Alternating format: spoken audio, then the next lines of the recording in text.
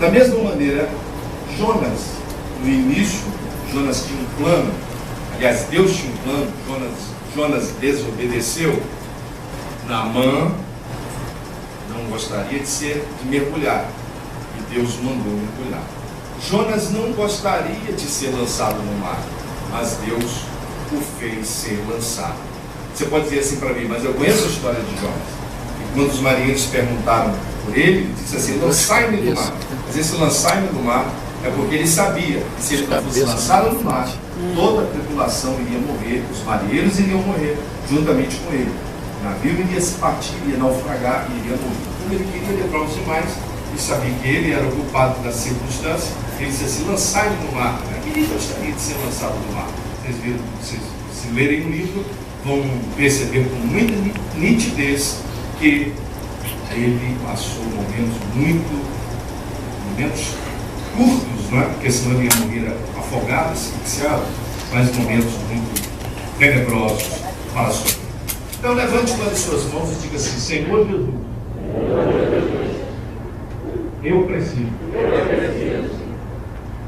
mergulhar no rio do Avivamento.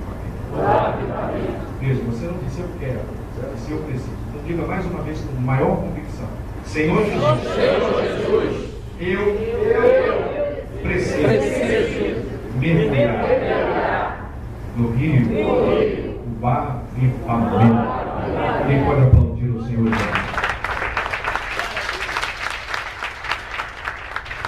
Eu acredito que, sinceramente, nós vamos sair daqui com alguma coisa nova da parte de Deus. Todas as vezes que o povo de Deus se reúne, existe alguma coisa nova diante de nós. Todas as vezes que nós nos reunimos para ouvir a palavra, há uma revelação a ser compartilhada, há uma lição a ser aprendida, há algum exemplo a ser seguido. E eu creio que nessa noite não será diferente. Eu profetizo, sim, sobre o manto de Deus aqui, e vamos sair daqui galgando níveis novos, patamares novos espirituais. Você acredita nisso? Quem quer sair daqui com uma nova dimensão de vida, de revelação, para que você viva no dia a dia? Diga glória a Deus. Muito bem, vamos começar. A minha palavra é uma palavra muito simples. Eu gostaria que a mesma ficasse guardada nos corações. Quando a gente fala de avivamento, muita gente se equivoca ao entender ou pensar que avivamento é simplesmente um falar em novas línguas, um alegrar-se no Espírito, um dançar no Espírito, um caminho no Espírito. Às vezes as pessoas pensam que avivamento é simplesmente um culto um pouco mais barulhento, como são os cultos pentecostais, graças a Deus por isso. Mas avivamento é algo muito mais profundo. Avivamento tem um significado, uma carga semântica muito forte. Eu gostaria que isso ficasse no coração de vocês nessa noite. Avivamento é algo que mexe com as estruturas mais profundas da nossa alma.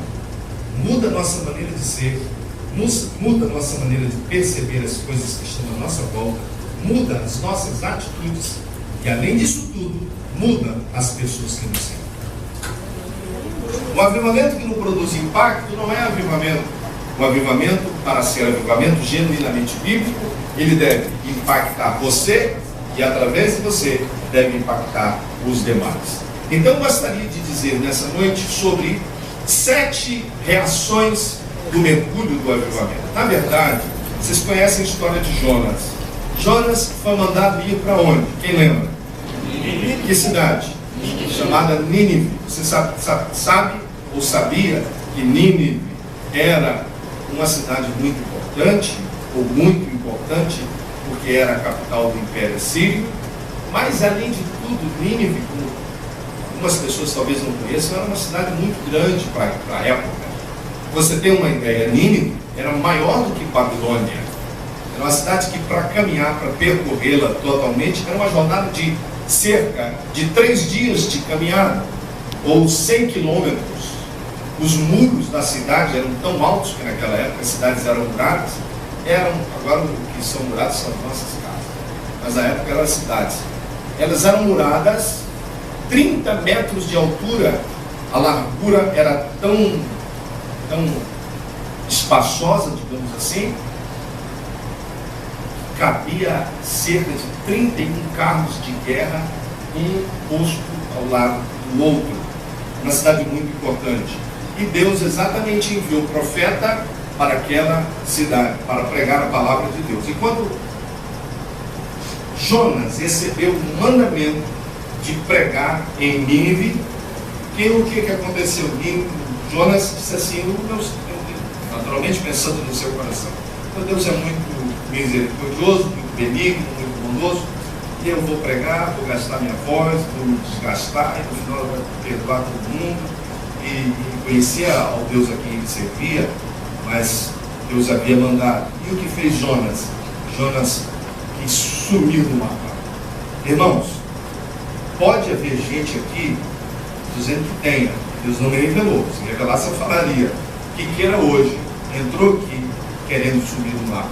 Aliás, tem vezes que a gente quer sumir. Quem já teve essa experiência? Quer sumir, não tem problema. Quem já teve? Ou só tem anos aqui? Tem anos aqui, cara.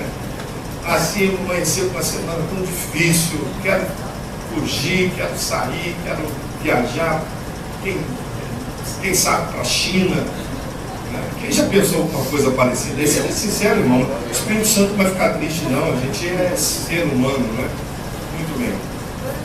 Isso que aconteceu com Jonas, para você entender como Jonas era como eu e você somos.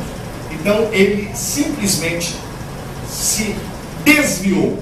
Jonas saiu do caminho assim de uma maneira tão triste. Ele abandonou o ministério profético, a sua vocação profética, a sua missão profética, abandonou e disse assim, sabe uma coisa? Eu vou fugir da presença do Senhor. Vou lá, final do mundo, de Tarsis, uma cidade perto lá da Espanha, hoje conhecida como Espanha, que para os judeus era como o fim do mundo. Foi lá, entrou, vocês conhecem a história, quando entrou, pagou essa passagem, foi lá para os colonos do navio, o pastor Robson pregou isso aqui na primeira noite da campanha, querendo fugir lá, adormeceu e houve aquele reboliço, você conhece toda a história, pelo menos a maioria conhece, e a Bíblia Sagrada diz que a tempestade foi tão grande, os ventos foram tão contrários, tão fortes, realmente algo terrível, e quando o navio estava para quebrar, o capitão do navio foi lá no porão e encontrou um profeta chamado Jonas.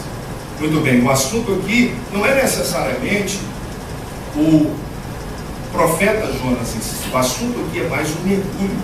Na verdade, vendo a campanha, os temas da campanha, a gente observa que Naamã é importante, mas os mergulhos são mais importantes que o próprio general Naamã. Isso nos traz um significado muito forte nessa noite. Então eu quero que você medite. Jonas, naquela circunstância, o navio se quebrando, diz a Bíblia, e lançaram sortes, marinheiros lançaram sortes e caiu exatamente quem saiu lá sorteado, parece que é sorte, né? Foi exatamente Jonas.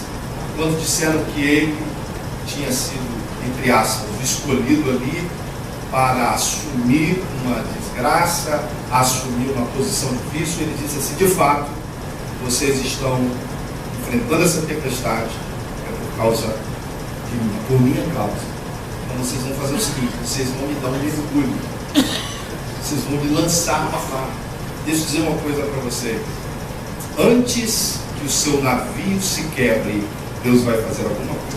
Amém. Mas uma coisa vai acontecer. Aliás, uma coisa não vai acontecer. O seu projeto não vai quebrar. Amém. Glória a Deus. Glória a Deus. Aquilo que Deus tem colocado para você fazer não vai ser destinado ao fracasso. O que você fazer vai ser feito. A sua missão vai ser cumprida. O seu navio não vai se quebrar. Vou profetizar isso para alguém que está ao seu lado, de preferência. o seu navio não vai. O navio aqui pode simbolizar a nossa ideia, os nossos ideais, os nossos projetos. Não vão se quebrar, porque Deus vai fazer alguma coisa. Nem que Deus comece a sacudir o teu navio, a tua vida, as tuas estruturas, para fazer você entender que você precisa de um